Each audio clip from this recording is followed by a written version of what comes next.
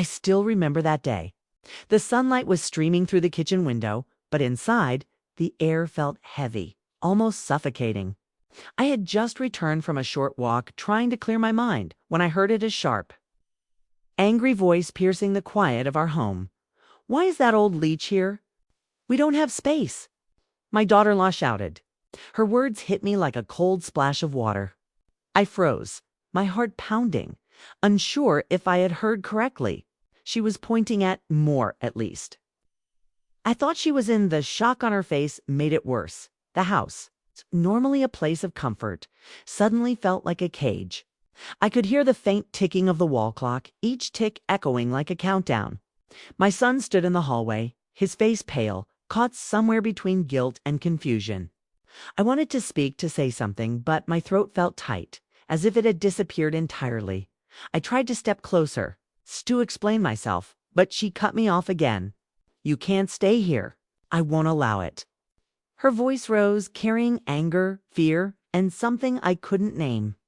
The sound bounced off the walls, and I felt it vibrate in my chest. My hands trembled, my mind racing, trying to understand what had triggered this sudden storm. The living room smelled faintly of the dinner she had cooked earlier, but the aroma couldn't mask the tension that had settled like a thick fog. My eyes darted around, searching for some clue, some reason why this sudden hostility had erupted. It didn't make sense. I had always been careful, quiet, never imposing. And yet, here I was, suddenly a stranger in my own home as I stood there. Frozen, a thought flickered in my mind. Was this about something I had done? Or something I hadn't done? I tried to recall if there had been any warning signs, any hints that she might feel this way. But everything seemed normal just yesterday. The laughter at the dinner table, the casual conversations. It all felt like another life now, distant and impossible to reach. Then I noticed a small detail that sent a chill down my spine. She wasn't just angry. She was afraid. And that fear, the way it twisted her features, made me uneasy. It was almost as if something else had happened, something I couldn't see yet, that had made her snap. I wanted to ask my son what was going on, but he avoided my gaze. His silence felt heavier than any words. I could hear the faint creak of the floorboards as he shifted his weight, the soft rustle of clothes as he tried to calm the situation. And all the while, her voice continued, sharp and relentless, echoing in my ears. The room felt smaller, tighter. Every sound amplified, the ticking clock, the whisper of the wind outside, the faint hum of the refrigerator. My chest tightened. Something was wrong. I could feel it deep in my bones. And then, just as I was gathering the courage to speak, I heard a whisper, barely audible, from the corner of the room. "Not now. Not ever." I turned sharply, my heart racing, but no one was there. The shadow of the kitchen doorway seemed darker than before, almost alive. My pulse quickened, a cold sweat forming at the back of my neck. What had just whispered those words? And why did it sound so familiar, so threatening? Her eyes narrowed at me, and in that moment I realized this was more than just an argument.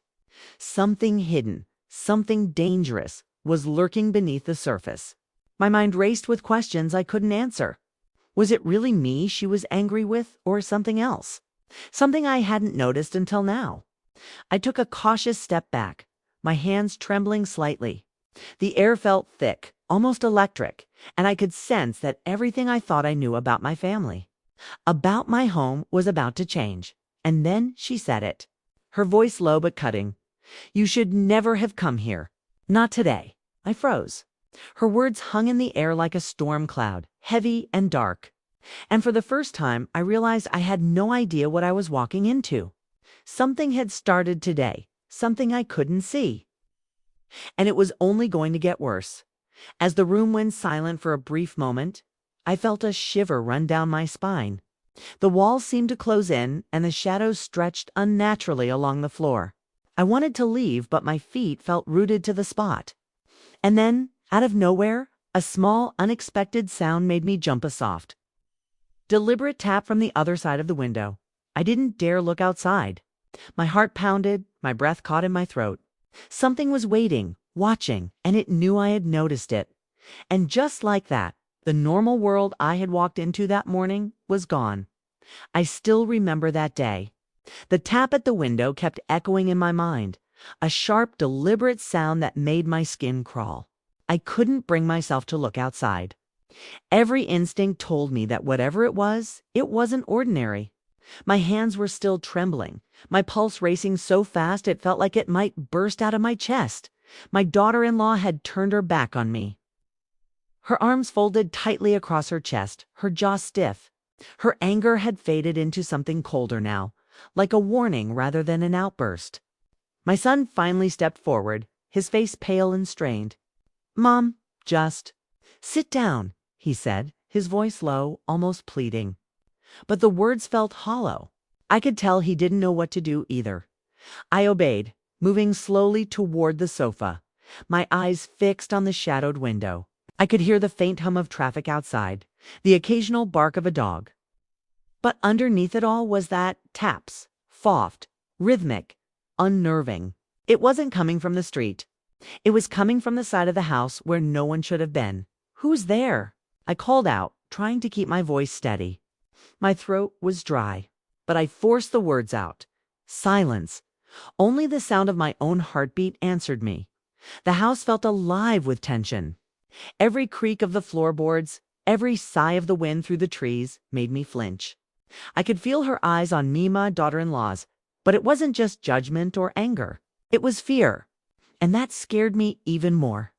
Fear in someone else's eyes can feel contagious. A silent alarm that something is terribly wrong. Then, suddenly, I heard it again, the whisper. Barely audible, almost like it came from inside my own mind. "Go, before it's too late." I froze, my body refused to move.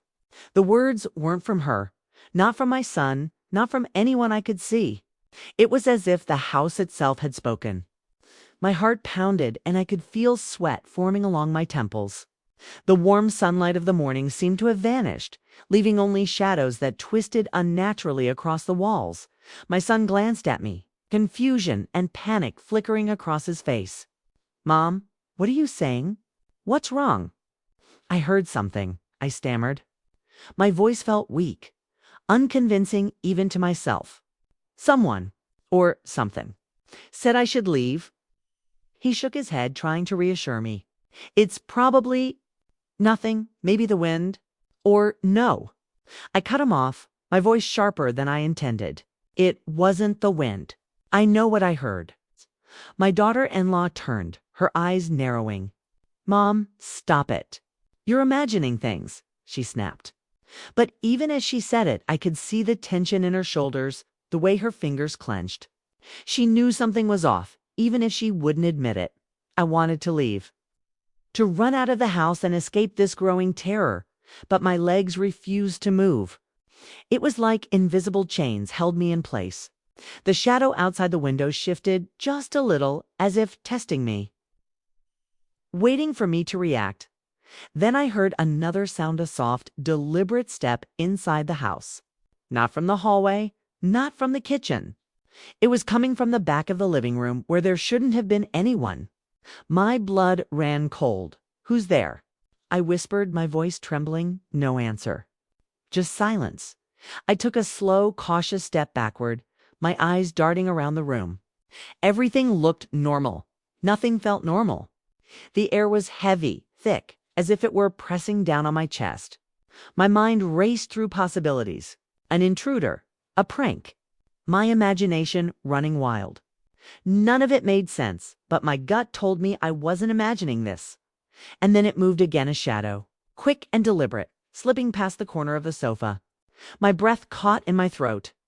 I could feel its presence just beyond the edge of my vision, and I realized something terrifying. I wasn't alone. Not really. Something or someone was inside the house with me. I looked at my son, ready to warn him, but he was staring at the floor, frozen. My daughter-in-law was busy with her phone, pretending everything was normal. I realized in that moment that I couldn't rely on them.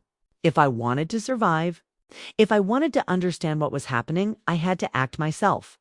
I slowly reached for the lamp on the side table, holding it like a weapon, and crept toward the source of the movement. My hands shook so violently I thought I might drop it, but I forced myself to keep moving, every step measured, careful.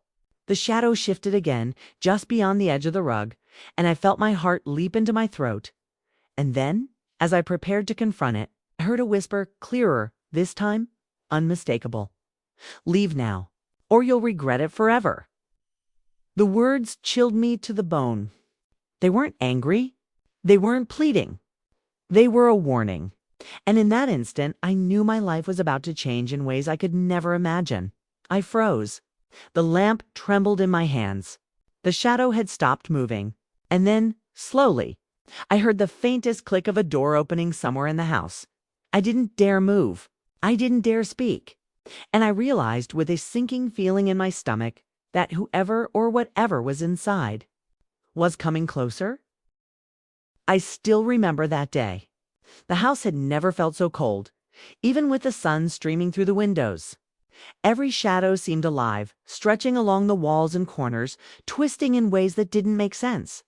My hands were still gripping the lamp tightly, knuckles white, my heart hammering as if it wanted to escape my chest. I stayed frozen, listening. The faint creak of the back door opening had stopped, replaced by silence. But I could feel it's a presence of someone else in the house. It wasn't my son. It wasn't my daughter-in-law.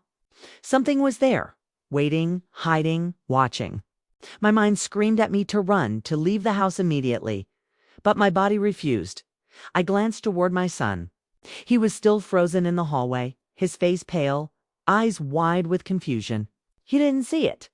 He didn't feel it. My daughter-in-law was still busy on her phone, pretending everything was normal. Unaware or maybe refusing to acknowledge the threat, I realized I couldn't rely on them. If I wanted to survive this, I had to act alone. The lamp felt heavier in my hands as I took a slow step forward, inching toward the back of the living room. My eyes scanned every corner, every shadow. Nothing moved, or at least, nothing I could see. And yet I could feel it. The air itself seemed to press against me, thick and suffocating. Then I heard it, a soft whisper, almost teasing, coming from the corner near the kitchen. "Why are you here?" My blood ran cold. The voice wasn't angry. It wasn't even human sounding. It was faint, soft, almost playful, and yet it carried a weight that made my legs tremble. I couldn't understand it, but I knew it was dangerous. I stepped closer, trying to peer around the corner. The kitchen looked normal at first glance, dishes on the counter. The faint smell of cooking lingering in the air, but then I noticed a movement in the reflection of the fridge door. A shadow, quick and silent, darted across the floor. My breath caught in my throat. I wanted to call out, to scream, but my voice caught in my throat. Every instinct told me to run, but I didn't know where to go. The front door was behind my son, blocked by him. The back door had moved. I was trapped. I inched forward again, careful, trying not to make a sound. The lamp trembled in my hands, but I refused to drop it. Every step brought a new wave of fear, a new awareness of the danger surrounding me. And then I saw a figure, almost invisible, standing just beyond the kitchen doorway. I froze. My heart pounded in my ears. The figure didn't move, but I could feel its eyes on me, piercing, judging. It wasn't human, I realized with a shiver, but it wasn't attacking, at least not yet. It was studying me, waiting for something. I wanted to ask what it wanted, why it was here, but no words came. The shadow shifted slightly, almost imperceptibly, and I realized it was moving closer. My hands shook so violently I thought I would drop the lamp, but I forced myself to hold it higher, ready to defend myself if needed. Then I heard another whisper. Closer this time, directly behind me. "You should not be here." I spun around, expecting to see someone, anything, but the hallway was empty. My son had moved slightly, but he was still frozen in confusion. My daughter-in-law was still absorbed in her phone. I was alone with the presence, alone with the shadow that seemed to glide through the house. Panic surged through me. I realized I had to escape, had to find a safe place, but I didn't know where to go. Every exit seemed blocked, every path uncertain. And then I heard the faintest sound of breathing, not my own, not my son's, not anyone in the room. Something was close, moving, circling me. Waiting, I backed toward the living room, trying to put distance between myself and the shadow, but it followed, silent and unstoppable. I felt its gaze, heavy and suffocating, like it could see straight through me. And then, just as I reached the sofa, my daughter-in-law suddenly looked up from her phone, her eyes wide, her face drained of color. "I saw it," she whispered, her voice trembling. I froze. My heart skipped a beat. "Saw what?" I asked, my voice barely audible. She shook her head, unable to speak more, pointing toward the kitchen doorway. My stomach dropped. The shadow had disappeared, or at least I thought it had, and then I heard a soft, slow, deliberate tap on the floor behind me, like someone or something was pacing, waiting for the right moment to strike. I wanted to scream, to run, but my body refused. I could feel my legs trembling, my breath coming in short, shallow gasps. And I realized something terrifying. The shadow wasn't gone. It was closer than ever. I still remember that day. The air in the house had turned cold, unnervingly cold, even with sunlight streaming through the windows. The shadow that had haunted me for the past hour seemed to grow heavier, more tangible. My hands gripped the lamp tightly, knuckles white, as though letting go would mean losing my last thread of safety. My daughter-in-law was still pointing toward the kitchen doorway, her lips trembling. Her voice caught when she tried to speak, and all she could manage was a whisper. It moved. My heart raced. "Moved where?" I asked, my voice shaking. She didn't answer. She couldn't. Her eyes were wide, filled with a fear I had never seen before. My son, still frozen in the hallway, finally muttered, "Mom, maybe we should just leave." Leaving wasn't that simple. The back door, the door that should have led to safety, was closed, its handle slightly ajar, almost like someone had touched it. I took a cautious step toward the kitchen. Every creak of the floorboard made me jump. The shadow had disappeared from the doorway, but I could feel it everywhere, in the corners, in the reflections of the shiny floor, in the edges of my vision. The air felt thick, almost alive, pressing down on me, making it hard to breathe. A whisper brushed my ear, soft, chilling. "You can't stay." I spun around, but there was no one there. My pulse jumped into my throat. I could hear the faint hum of the refrigerator, the ticking of the clock, yet beneath it all, something else was moving, something slow, deliberate. I wanted to flee, but I had to see. I had to understand what was happening. My steps were careful, hesitant, but the fear kept me moving forward. I reached the edge of the kitchen, peering inside. At first, nothing seemed out of place. Dishes on the counter, the faint smell of food lingering, the morning sunlight casting its usual warmth across the tiles. And then I saw it. A reflection in the toaster brief, almost unnoticeable but unmistakable. A shadowy figure standing behind me. I spun around, but the kitchen was empty. The room seemed normal again, but my skin crawled. I could feel the presence, heavy and suffocating, just beyond sight.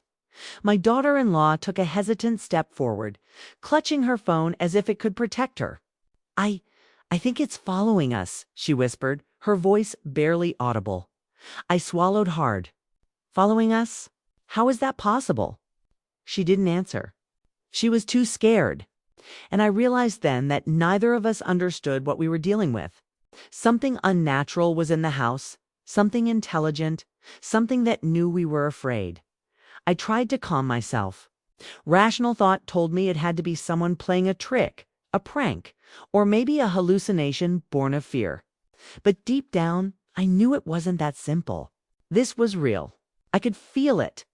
Every hair on my body stood on end, every instinct screaming at me to run, to escape.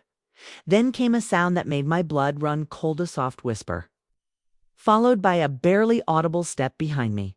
I froze. The sound was deliberate, measured, like it was testing me, waiting for me to make a move. My eyes darted toward the living room, toward my son, but he hadn't moved. My daughter-in-law's gaze was fixed on the same empty space I was staring at, and then I felt it, a cold brush against my arm, soft, fleeting, but unmistakable. My breath caught in my throat. I wanted to scream, to run, but my legs refused to obey. The lamp shook in my hands, and for the first time, I realized I was truly alone in understanding what was happening. The others couldn't see it the way I could. They didn't feel it. I backed toward the sofa, trying to put as much distance as possible between me and the presence. Every step I took was slow, careful, but I knew it was closing in. The air grew heavier, colder. Shadows deepened unnaturally along the walls, stretching toward me. Then I heard a voice clearer, this time closer, almost in my ear. You shouldn't be here. Leave before it's too late. I spun around, searching the room, but it was empty. My chest heaved, my mind racing, my hands trembling. I could no longer deny it. Something was here. Something watching, waiting. It wasn't human. And then the unmistakable sound of footsteps echoed through the hall, a slow, deliberate approach. My pulse pounded in my ears. My legs refused to move. My entire body froze in terror. And just when I thought I couldn't bear it any longer, the soft whisper came again, chilling me to the bone. You will regret it if you stay. I still remember that day. The footsteps were slow and heavy, like someone dragging their feet across the wooden floor. They came from the hallway, steady and deliberate. I gripped the lamp tighter, my arms shaking so badly I thought the cord might snap. My breath was shallow, my heart thudding against my ribs like it wanted to break out. My son stepped back, pressing himself against the wall, his eyes darting from me to the hallway. "Mom," he whispered, his voice breaking. "There's no one there." But I could see it at least. I thought I could shapes moving just beyond the doorway, dark and shifting, like smoke curling in the air. My daughter-in-law had gone pale. She put her phone down at last and clutched the edge of the sofa for support. Her lips moved silently as if she was praying, her eyes fixed on the shadows creeping along the floorboards. She could see them now too. The footsteps stopped. Silence. But the air didn't feel empty. It felt thick, almost like water, as if I was standing at the bottom of a deep pool. The kitchen lights flickered once, twice, then steadied again. My throat was dry. I forced myself to speak. "Who's there?" My voice sounded strange. Not like me at all. Nothing answered, only a faint whisper sliding through the air like a draft. "You shouldn't have come back." The word sent a chill down my spine. "Come back," I whispered to myself. Back from where? My mind scrambled for answers. Was this about something from my past? Something I had forgotten. I took a step backward, glancing toward the front door. My only thought was to get out. The knob was just a few feet away. If I could reach it, maybe I could escape whatever was in here. I lunged toward it, dropping the lamp onto the carpet with a soft thud. My hands closed around the handle. It wouldn't turn. I twisted harder, my palms slick with sweat. "No, no, no, no," I muttered under my breath. The door wouldn't budge. It felt as though something on the other side was holding it shut. I slammed my shoulder into it, but it was like hitting a brick wall. My son stepped closer. "Mom, stop. You're scaring us," he shouted, but even his voice shook. "I'm scaring you." I snapped back, panic rising. "Something's here. Can't you feel it?" And then the air went still, completely still. Even the faint hum of the refrigerator stopped. The house had gone silent, like the world outside had been cut off. I pressed my forehead against the door, my breath ragged. I felt something cold, almost like a hand brush against the back of my neck. I spun around, heart hammering, but nothing was there. My daughter-in-law gasped, her hand over her mouth. Her eyes fixed on the window. I followed her gaze. The shadow was there again, clearer now on the other side of the glass. It wasn't a man or a woman. It was tall, thin, like a smear of darkness, standing upright. Its head tilted slightly, almost curious. I stumbled backward. "What? What do you want?" I whispered. It didn't answer. But its form rippled like water, and then it slowly raised an arm and pointed not at me, but at my son. My stomach dropped. My son froze. "Mom, why is it pointing at me?" "I don't know," I whispered, my voice breaking. "I don't know." And then, just as suddenly as it appeared, the shadow vanished from the window. Gone. but the cold feeling remained, heavy and suffocating. Pressing against my chest, a new sound filled the house, a low creak, coming from upstairs. The sound of a door opening slowly, inch by inch. My heart leaped into my throat. There shouldn't have been any doors open upstairs. I turned to my son, my voice shaking. "Who else is here?" He shook his head, his face pale. "No one. We're alone." Oh, we weren't. We weren't alone at all. I still remember that day. The creak from upstairs echoed like a warning bell in my chest. The house had gone still again, heavy with a silence that didn't feel natural. Every sound I made, my breathing, the thump of my heartbeat, the small trembling steps I took, felt loud. Too loud. My son stared at the ceiling, his lips pressed tightly together. My daughter-in-law clutched the sofa so hard her knuckles were white. None of us wanted to move, but the sound came again. Another slow, deliberate creak from upstairs. Like someone shifting their weight on the old wooden boards. I glanced at my son. "There's someone up there," I whispered. "No," he whispered back, but his eyes told a different story. He was just as scared as I was. I swallowed hard and took a step toward the stairs. They stood at the far end of the hallway, where the light dimmed and the shadows seemed deeper. Each stair was an old wooden slab I had walked 1,000 times before. But today they looked foreign, menacing. "I'm going up," I said. My voice barely audible, but firm. My daughter-in-law shook her head. "No, don't," she hissed. "Please, don't go up there." But something inside me pushed me forward. I had to see. I had to know what had invaded our home. I picked up the lamp again from the carpet, its cord dragging behind me like a snake, and started up the stairs. The first step groaned under my weight. The sound echoed up and down the hallway, deep and hollow. My heart raced faster. The second step creaked even louder. The third step made a sound like a long sigh. I could feel the house shifting around me, the air colder, thicker, as if I was walking into another place entirely. Shadows clung to the walls, moving just out of my direct sight. My fingers tightened on the lamp until it hurt. Halfway up, I paused and looked down. My son was at the bottom of the stairs, frozen, his eyes wide. My daughter-in-law had covered her mouth with both hands. "Be careful," she mouthed, her voice too faint to hear.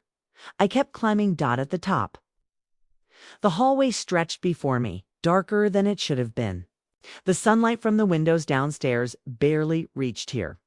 Dust floated in the air, tiny specks drifting through a pale gray light. And then I saw it. The door to the spare bedroom, the one we kept locked, stood open. Not wide, but just enough for a thin crack of darkness to spill into the hallway. The doorknob glinted faintly. It hadn't been open in months. I approached it slowly, every step careful. My ears strained for sound, but all I could hear was my own heartbeat and the faint hiss of my breathing. I reached the doorway, my palms slick with sweat as I touched the knob. "Hello?" My voice cracked. A faint whisper floated out from the darkness inside. "You left me here." I froze. The voice was soft, almost childlike, but laced with something else, something cold and bitter. I didn't recognize it, yet it felt familiar in a way that made my stomach churn. My fingers trembled on the knob. I wanted to shut the door, to run back downstairs, but something inside me needed to see. I pushed the door open wider, the hinges groaning like a cry. The room inside was dim. Dust lay thick on the furniture. The curtains were drawn, letting in only a thin strip of pale light. At first, it looked empty. But then I noticed the shadows on the far wall, darker than they should have been, moving slightly, like smoke caught in a breeze. And there, in the corner, something shifted. I stepped back, my breath catching. It was a figure, small, curled, like someone crouching. Its shape was indistinct, more like darkness pressed into the shape of a person than flesh and bone. It lifted its head slowly. I couldn't see a face, only a void where its features should have been. And then it spoke again, clearer this time, the voice echoing faintly in my ears. "You shouldn't have come back." My chest tightened. "Come back from where?" I whispered, though my throat felt like it was closing. It tilted its head, almost like it was smiling, though it had no mouth. Then, slowly, it lifted a hand and pointed not at me, but back toward the stairs. My blood ran cold. I turned instinctively at the top of the stairs. My son stood frozen, his eyes wide. And behind him, stretching up from the shadows below, another figure began to rise, taller, darker, its shape filling the hallway. I couldn't even scream. I still remember that night. The way my heart stopped when I saw that thing rising behind my son on the stairs. It was taller than a man, but its body was wrong, stretched, crooked, and bent, like smoke being pulled upward. Its head brushed the ceiling, yet it made no sound as it moved. It was as if the shadows themselves had become alive and climbed out of the dark. My son didn't move. He didn't even blink.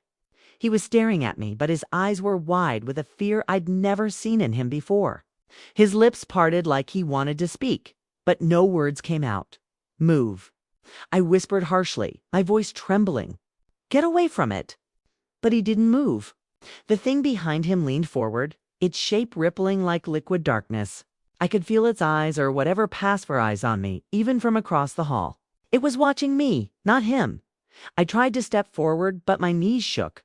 The floor felt soft under my feet, like it wasn't real anymore. I gripped the doorframe of the spare room until my knuckles ached. The small shadow crouched in the corner of the room spoke again, its voice low and sharp like broken glass. You left us, it hissed. You left us here in the dark. My breath caught. I don't know what you're talking about, I said, my voice cracking. I didn't leave anyone, yes, the voice whispered. You did. Behind my son, the tall shadow bent closer. And I saw something move inside its chest, like a swirl of faces, faint, but there. They flickered like pale memories, shifting and twisting. My stomach turned, not my daughter-in-law, still at the bottom of the stairs, let out a gasp. What is that? She whispered. The shadow seemed to hear her. Its head turned slowly, impossibly far, until it faced her. The air went cold. Frost began to creep along the edges of the wooden banister. Run! I screamed, but my voice barely made a sound, like it was being swallowed up. My daughter-in-law grabbed the wall, pulling herself back. But her feet seemed stuck. The small shadow inside the room rose to its feet. It was no longer crouched. It stood as tall as a child now, but its edges blurred like smoke curling into the air. You were supposed to protect us, it said softly, almost like a child complaining. You promised. My heart pounded harder. A faint memory flickered in the back of my mind. A night long ago, a storm, a promise whispered to someone I loved. But it was gone before I could grasp it. I don't understand. I shouted at the shadow. Who are you? It tilted its head, and its voice came softer but clearer. Like a whisper pressed against my ear. We're what you left behind. The tall shadow behind my son moved suddenly. Its long, spindly arms stretched forward, reaching past him. Its hand or claw, or whatever it was, pointed straight at me. The air around me grew heavy, pressing against my chest. The light from the lamp flickered, dimmed, then went out completely, plunging me into near darkness. I stumbled backward into the spare room. My shoulder hit the dresser, sending a puff of dust into the air. My lungs burned with the cold. Then, just as suddenly as it had appeared, the tall shadow froze. Its arm stayed extended toward me, but it didn't move. Its head tilted like it was listening to something. The small shadow near me whispered again. They're coming. Who's coming? I gasped. It didn't answer. It only backed into the farthest corner of the room and sank into the floor as cute, if melting into the wood. The tall shadow at the stairs slowly turned back toward my son. My son stumbled back, his foot slipping on the stair. My heart leaped, and then a sound, a deep low knock from somewhere below us. 3 slow, heavy knocks. They echoed through the house like someone was pounding on the foundation itself. My daughter-in-law screamed. The shadow at the stairs paused. Everything paused. The knocks came again, 3 more, louder this time. I couldn't move. My hands were shaking, my chest tight. My mind was spinning. First the whisper, then the figure in the room, then the shadow on the stairs. And now, someone knocking from below? The third set of knocks rattled the floorboards. Dust fell from the ceiling, and then a voice, a deep, muffled voice from under the floor spoke. "You have to let us out." My blood ran cold. I still remember that night. The deep, muffled voice from beneath the house had frozen me in place. My son was trembling, backing slowly up the stairs, while the tall shadow behind him remained still, its arm still pointing at me. My daughter-in-law clutched my son's arm, her nails digging into his skin, her eyes wide with terror. Who is down there?" I whispered, my voice shaking. The shadow at the stairs didn't move, but the air around it felt heavier, colder. The silence that followed the voice from below was suffocating, pressing down on my chest like a weight. And then came another set of knocks, 3 sharp hard raps that vibrated through the floorboards. "Open, or we'll break it ourselves," the voice hissed, low and threatening. My mind raced. What was beneath us? Why was it in the house? And why now, after all these years? I glanced at the spare room behind me, empty now except for the fading darkness in the corners. The small shadow that had appeared earlier was gone, vanished into nothing. But the feeling it left lingered, cold, accusing, and full of warning. "Mom, we should leave," my son stammered, his voice barely audible. "We can't fight this." I shook my head. "No, I need to know what this is. I need to understand why it's here." Another series of knocks shook the floor, louder this time. My ears rang from the vibration. Dust rained down from the ceiling. My daughter-in-law whimpered, pressing herself against the wall. I moved closer to the stairs, trying to make sense of the sound. The shadow behind my son shifted slightly, almost imperceptibly, but its gaze never left me. Its long, spindly fingers flexed like it was testing the air, testing my reaction. And then I saw it. A faint crack appeared in the floorboards beneath the living room. Tiny at first, but spreading slowly like a fissure opening in stone. From the crack, a faint light glimmered, pale, cold like moonlight under water. A whisper rose from it, growing louder, filling the room. "Release us, please." My stomach twisted. The voice was familiar now, almost hauntingly so. I couldn't place it at first, but then a memory surfaced long ago. A promise made during a stormy night, a secret I had buried deep in my mind. Someone had been trapped, waiting, and I had failed them. The crack widened. The pale light spilled further into the living room, and I could feel a cold wind rising from it. The shadow behind my son stiffened, recoiling slightly from the cold. My son's eyes widened in horror. I realized then that the small shadow from earlier had been a warning, a messenger, and now the real force beneath the house was awakening. The floorboards trembled. A low growl, almost like the sound of metal bending, reverberated through the house. My daughter-in-law screamed, covering her ears. I could feel the vibration in my chest, my legs, my very bones. Something was coming up. Something alive. Something that had been waiting in the dark for me, for us, for years. I wanted to run, to flee, but my legs refused. I was rooted to the spot, my eyes fixed on the widening crack. My hands shaking so badly I couldn't hold the lamp straight. And then it came a shape. Massive, emerging from the floor, pale and twisted. Like a reflection of someone I had once known, distorted into something unnatural. Its eyes hollow, endless, fixed on me. "You left us here," it whispered, voice echoing like the wind through a cave. "Now you will pay." The shadow behind my son shifted again, this time recoiling fully, as if it too feared what had risen. My son screamed. My daughter-in-law screamed. I screamed. And in that moment I realized we weren't fighting just shadows anymore.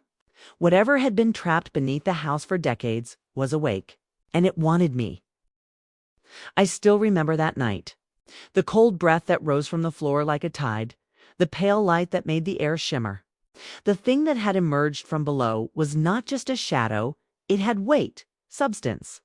Its body looked like melted wax trying to take human form, but its face was a shifting blur of features. Sometimes it looked like a stranger. Sometimes Like someone I had once known, my son dragged my daughter-in-law back a step, but the tall shadow behind them stayed frozen. Its long limbs were trembling like it didn't want to move closer. For the first time, I realized the shadow wasn't in control here. It was afraid too. The pale creature raised its head and looked straight at me. Its eyes, dark hollows, were empty, and yet full of something ancient and angry. "You promised," it whispered, its voice echoing from everywhere at once. "You promised you would never leave." My throat tightened. "Who are you?" My voice cracked. "I don't even know you." The creature's face shifted again, faster, this time a flicker of many people, a child, woman, an old man, then back to nothing. "We were here before you," it hissed. "You opened the door. You made the pact. And then you forgot." I staggered back, my legs weak. A pact. A promise. Buried memories stirred inside me, pieces of nights I had tried to forget. When I was younger, before my son was born, this house hadn't belonged to me. It belonged to my aunt, a quiet woman who used to warn me never to go near the cellar. She had whispered things at night about keeping them down there, but I had laughed it off. I'd been young, careless, and one night during a thunderstorm, I had gone into the cellar anyway. I had opened something. The pale creature stepped closer. The boards under its feet blackened and cracked, frost spreading outward. "We waited," it said, voice trembling with rage and grief. "We waited in the dark for you to come back." Behind me, the tall shadow shifted again, its edges fraying like smoke. It looked at me, then at the pale creature, and let out a low, unearthly moan. It almost sounded like a warning. My son's voice shook. "Mom, what's happening?" I don't know," I whispered, though the truth was clawing at the edges of my mind. "Just stay back." The pale creature raised an arm. Its fingers were long, almost bone-like, tipped with something sharp. "You must take our place," it hissed. "We were bound. You broke the seal. Now you belong to us." My heart thudded painfully. I wanted to deny it, to scream at it, to go away. But deep down I knew something had been left unfinished all those years ago. Something I had done without realizing. The crack in the floor widened further. From below, more hands began to reach upward. Thin, pale hands clawing at the boards, trying to pull themselves out. Their whispers filled the room. "Release us. Release us." My daughter-in-law sobbed, clutching my son's shirt. "We have to get out," she cried. "We're going to die here." The tall shadow suddenly stepped forward. It moved between me and the pale creature, its spindly arms spreading wide like a barrier. For the first time, it spoke not a whisper, but a deep, low growl. "She is not yours yet." The pale creature recoiled slightly, its shifting face flickering faster. The whispers from the hands below turned into a hiss. I stared at the tall shadow, trembling. You're protecting me." It didn't answer, but its presence felt less hostile now. It stood like a wall of darkness between me and the pale creature. The pale figure hissed, its empty eyes burning. "She belongs to us," it snarled. "She broke the seal. She must take the vow." "I don't even know what the vow is," I cried. The creature tilted its head, its voice suddenly calm. "Then remember," it whispered. "Remember the night you opened the door?" And then, just like that, the room shifted. The air grew heavier. My vision blurred. For a moment, I wasn't in the house anymore. I was standing in the old cellar again, younger, holding a candle. Rain thundered against the windows above. My aunt's voice echoed from somewhere far away, shouting for me to stop. In my hand, I held a rusted iron key. I turned it in a lock set into the floor, and then darkness. I gasped, blinking back in the present. The pale creature was closer now, its clawed hand inches from my chest. "You opened it," it whispered. "Now you must close it." My son shouted my name. My daughter-in-law screamed, and then the hands from below broke through the floorboards completely. I still remember that night. The moment the hands from beneath the floorboards erupted into the living room, pale and twisted, clawing their way into the air. The sound was deafening, splintering wood, snapping nails, and the frantic whispering of voices that were all at once pleading and accusing. My son screamed and pressed himself against my daughter-in-law. I gripped the lamp again, swinging it like a weapon, though I knew it wouldn't stop them. The tall shadow between me and the pale hands hissed low, a sound that shook the floor beneath us. Its long limbs moved with a speed that defied logic, blocking the hands as they reached for me. "You must close it." The pale creature shrieked, its shifting face twisting with fury. "Seal the vow." Now my mind raced. Seal the vow. Close it. I didn't understand. How could I? I hadn't remembered until that night in the cellar years ago. My hands shook violently. I don't remember. I yelled, "You will." It hissed. Or everything dies. The living room became a maelstrom. Dust and splinters filled the air. Shadows twisted along the walls, the tall one standing like a sentinel. The pale hands were everywhere, writhing like snakes, their fingers grasping at anything in reach. My son's scream pierced the chaos as one of the hands nearly grabbed him, only for the shadow to sweep it aside. I took a step forward, heart hammering. How do I stop this? The creature's voice slithered into my ears. The key? The key you took? The seal. I remembered the rusted iron key in my hand that night in the cellar. The memory burned through my mind like fire. I had found it hidden in a loose brick in the wall, small and heavy. I had turned it in the floor lock, and then I had fled, leaving the seal undone. Now I understood. I had to complete what I started. I ran toward the crack in the floor, ducking the clawing hands. Each step sent splinters flying, dust thick in the air, and I could feel the cold brushing against my legs like fingers. The tall shadow guided me, blocking the worst of them, spindly arms sweeping aside the reaching hands. I knelt at the crack, heart racing so fast it threatened to burst. The floor was cold beneath my palms. The hands were reaching, clawing, desperate. I pushed the rusted key into the lock, trembling violently. "Turn it." The pale creature screamed, its voice echoing in my head like thunder. I twisted. The lock groaned. The floorboards shifted slightly, like the house itself was alive and resisting. The hands shrieked, thrashing, but the tall shadow held them back. Dust fell in thick clouds, and I could barely see my son and daughter-in-law crouched together in the corner. A sudden cold wind swept through the room. The pale creature's voice softened, almost mournful now. "Finish it." I twisted the key fully. The lock clicked. The hands froze midair. The shadows seemed to shudder. The crack in the floor slowly began to close, as if the house itself was swallowing them back into the dark. The tall shadow let out a low groan, almost like relief, as the hands disappeared one by one. The pale creature's form flickered violently, twisting, shrinking, then finally sucked back into the crack. The lock sealed with a final resounding thud. The room was silent. I collapsed to the floor, gasping. Dust coated my hair, my clothes, my skin. My son ran to me, tears streaming down his face. "Mom, you did it. You stopped it." I shook my head, still trembling.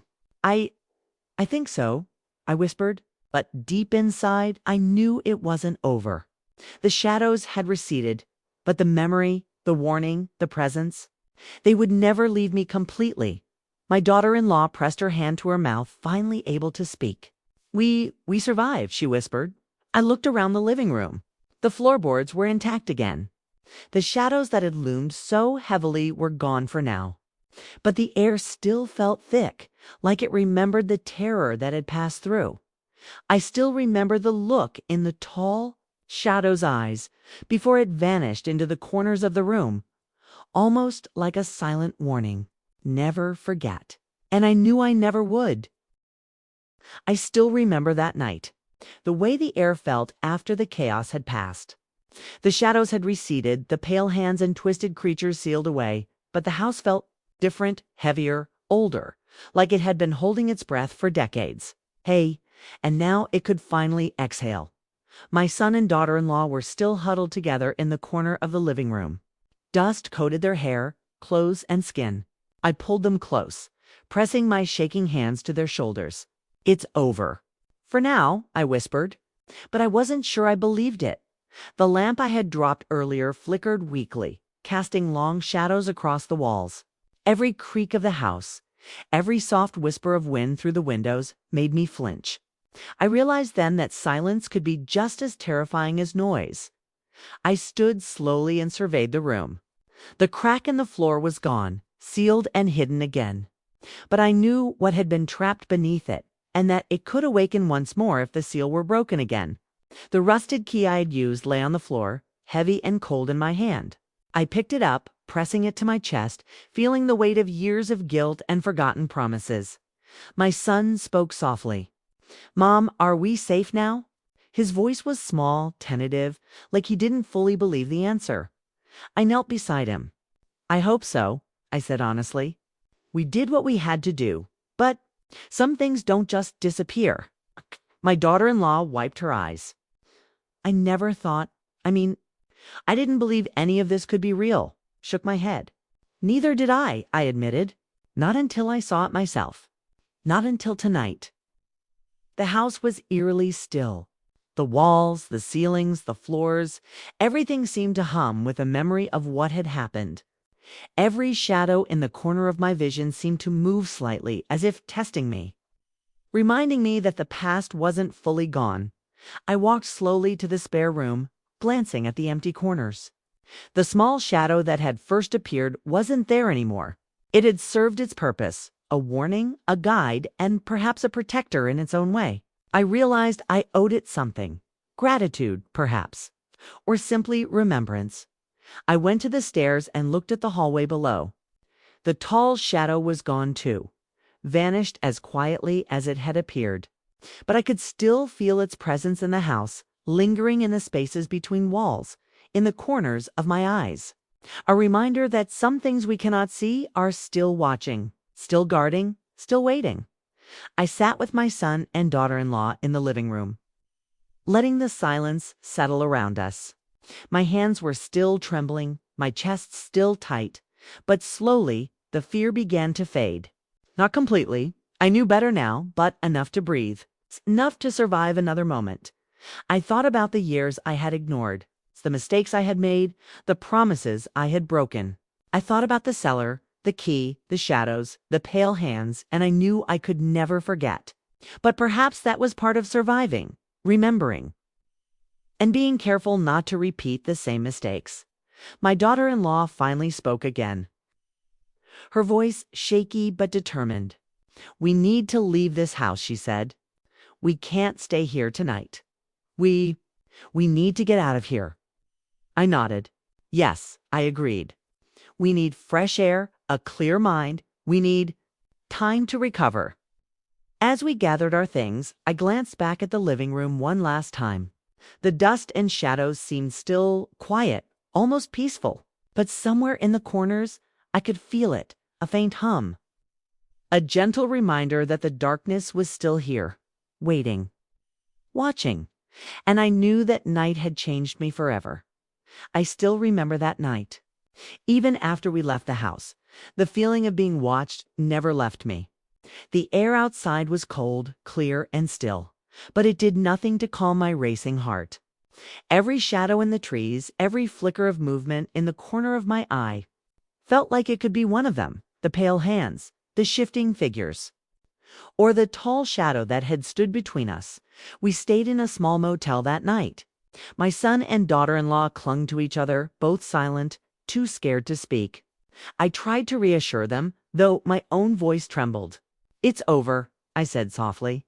"We're safe now." But I wasn't sure I believed it. Even in the safety of our room, I could hear echoes in the silence, tiny creaks, faint whispers that seemed to drift from nowhere. Every time I closed my eyes, I saw the pale hands clawing through the floor, the shifting face of the creature, the long spindly limbs of the tall shadow. I forced myself to breathe, to remind myself that it was over, that we had sealed it, that we had survived. The next morning, I returned to the house with my son and daughter-in-law. determined to retrieve the key. I needed it safe, hidden where no one could accidentally open the seal again. As we approached, the house looked normal. Almost to normal. Windows were clean, floors undisturbed, the living room empty. No sign of the chaos from the night before. I entered carefully, scanning every corner. Nothing moved. Nothing whispered. Yet the air felt heavier than it should have, as if the house remembered what had happened and hadn't forgiven us. I found the rusted key where I had left it the night before, still cold in my hand. My son asked, "Mom, is it really over?" I swallowed hard. "I hope so," I said, "but sometimes hope is all we have." As I placed the key in a small lockbox and hid it deep in the garden shed, I noticed something odd. A thin shadow moving along the far wall, stretching and flickering. I froze. My daughter-in-law gasped. My son grabbed my hand, but when we blinked, it was gone. Just a trick of the light, I told myself. Just a shadow. Later that day, we tried to act normal. We laughed, ate, and talked. But the tension lingered like a second skin. Every creak of the floorboards, every tap on the windows, every small gust of wind made our hearts race. I kept checking the lockbox, the key, the floorboards. I couldn't shake the feeling that we had only delayed what had been waiting that night. I lay awake in bed, my hands gripping the sheets. I could still feel it. The weight of the shadows, the presence of the pale creature, the memory of the hands. I whispered to myself, trying to convince myself we had survived, that the horrors of that house were gone. But I knew deep down, some part of it had never left. Then, just as sleep began to take me, I heard it. A faint whisper. Not from the house, not from outside. It came from somewhere inside me. "You will remember." I bolted upright. My son stirred. My daughter-in-law squeezed my arm, her eyes wide. The whisper was gone, but the memory of it lingered. It's icy and accusing. I realized then that survival wasn't just about escaping the shadows.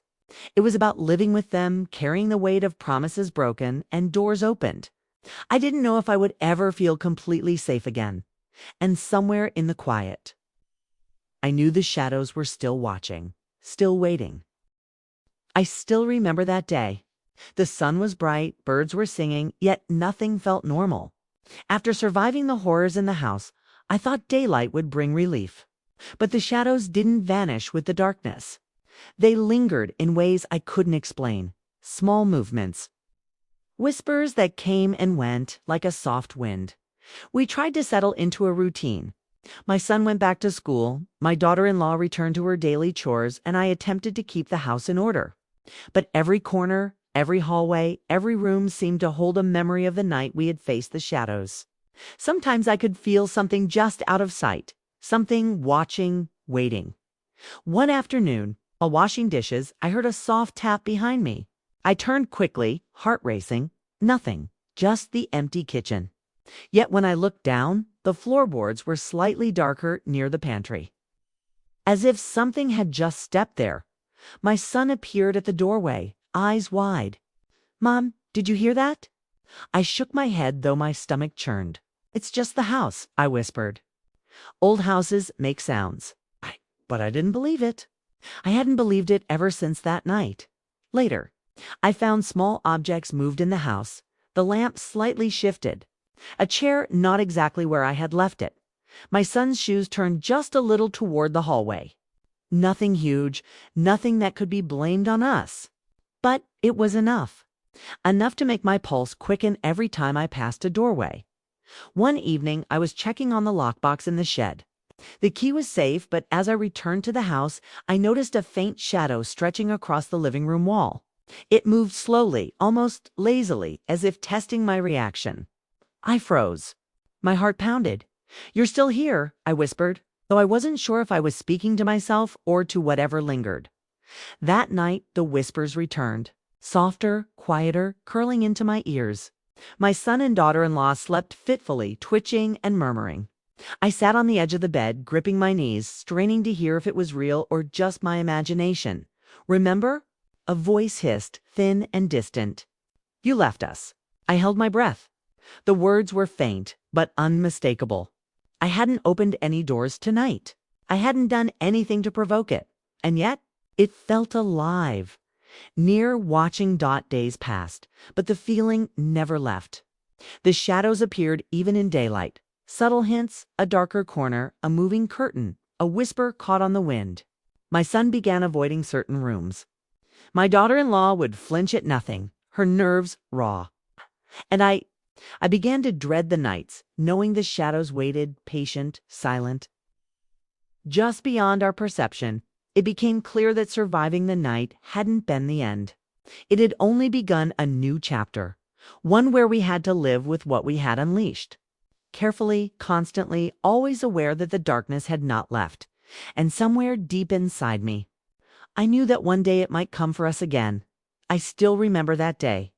The unease in the air, the way the sunlight seemed dimmer, almost gray, even though it was noon.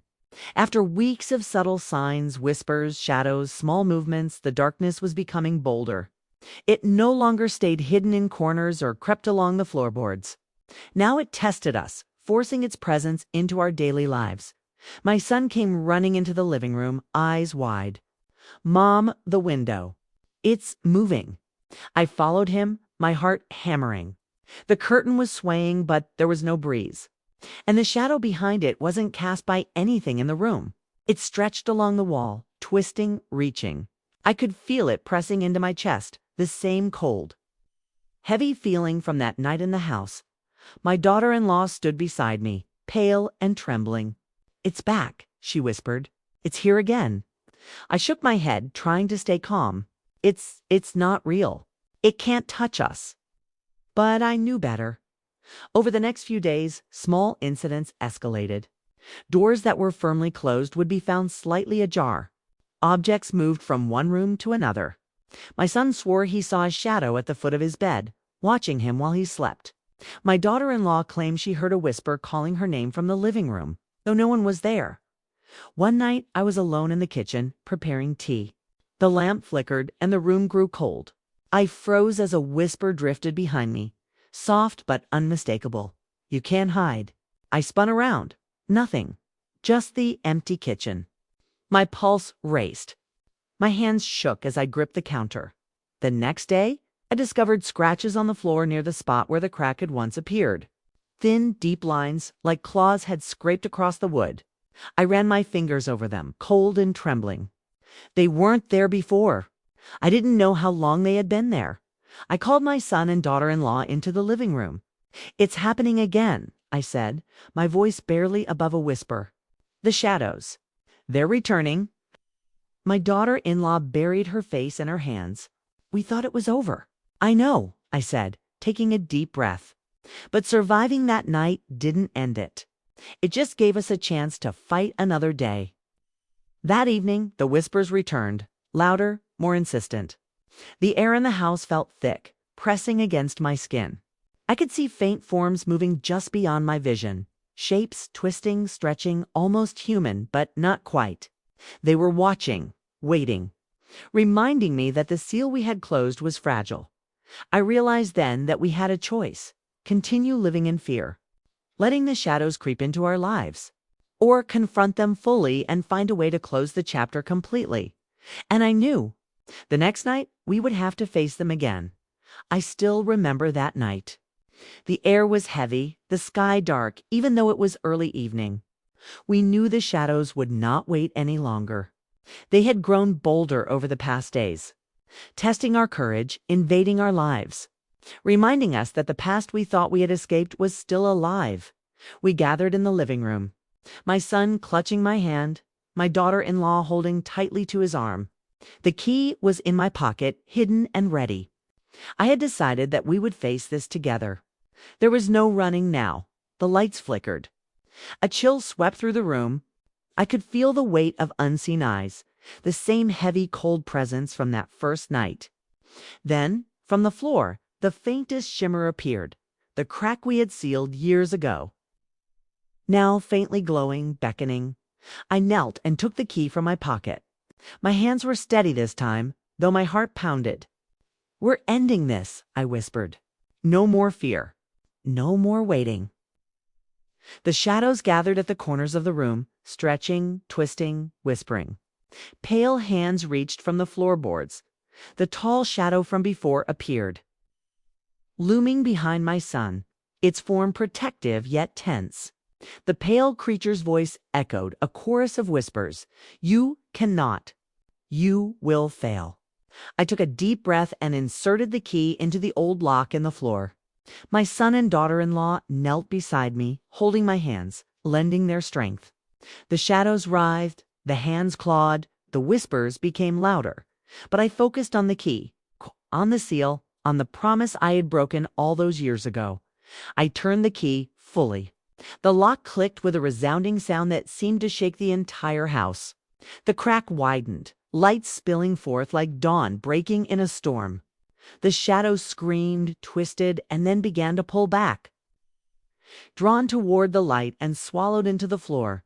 The tall shadow leaned over, placing a hand gently on my shoulder, a silent gesture of approval. The whispers faded, the chill lifted, and the room felt lighter, freer. Almost like the house itself was sighing in relief. I stood slowly, exhausted but resolute. My son hugged me tightly, tears streaming. My daughter-in-law pressed her face into my shoulder. "It's over," she whispered. I nodded. "It's finally over." The house was quiet, truly quiet. No more shadows, no more whispers, no more lurking fear. For the first time in years, we could breathe without the weight of the past pressing on our chests. I took the key and hid it deep, where no one could find it, where no one could ever break the seal again. The memory of that night, the lessons learned, and the horrors faced would stay with us. But we were alive. We were together. And we were free as I looked at my son and daughter-in-law. I realized something important. Surviving isn't just about escaping danger. It's about facing it, standing together, and protecting those you love. No matter how terrifying the night may be, that night, for the first time, I slept peacefully, knowing that the shadows had been defeated, at least for now. If you enjoyed this story, please like, subscribe, and share your thoughts in the comments. Remember, sometimes the past doesn't stay buried, and some promises are never forgotten. But courage, love, and unity can light even the darkest shadows.